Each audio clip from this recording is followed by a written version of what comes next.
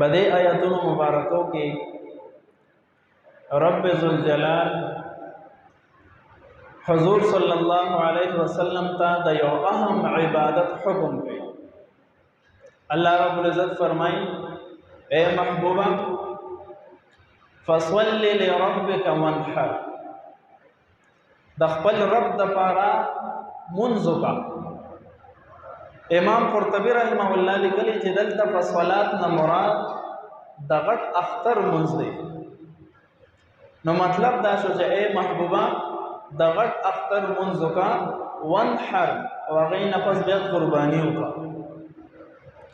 رسول الله صلی الله علیه وسلم فرمایي په نن ورځ باندې مفهوم حدیث داسې دی د غونډو نه افضل ترین عمل اول د اختر منځ دی، د هغې نه پس بهترین عمل د قربانۍ دی.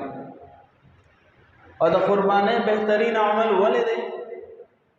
حدیث مبارک کې راځي چې په اولنۍ قطرې د وینې چې کله دا په ځمکه باندې لړه شي نو په دې سره د قربانۍ کوونکي الله مغفرت وکړي. نن د مغفرت ورځ ده. په قربانۍ کې اهم چیز اخلاص دی. قرآن عظیم الشان کې الله فرمایي لن ينال الله لحومها ولا دماؤها ولكن يناله التقوى منكم.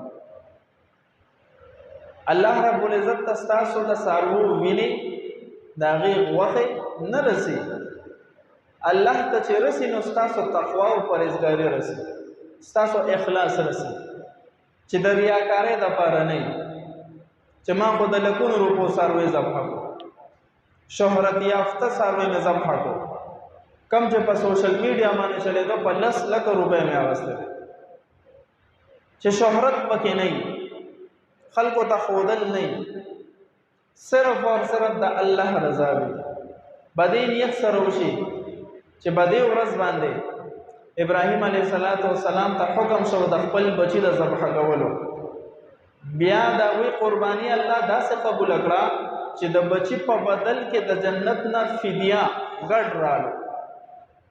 هسې الله ته څه ګرانه وه که مونږ ته یې حکم کړو چې خپل بچی به ذبحه کوې، څومره ګرانه به وه. خپل بچی ذبحه کول د آسان کار نه دی، دا صرف او صرف د پیغمبر د شان سره لایق و.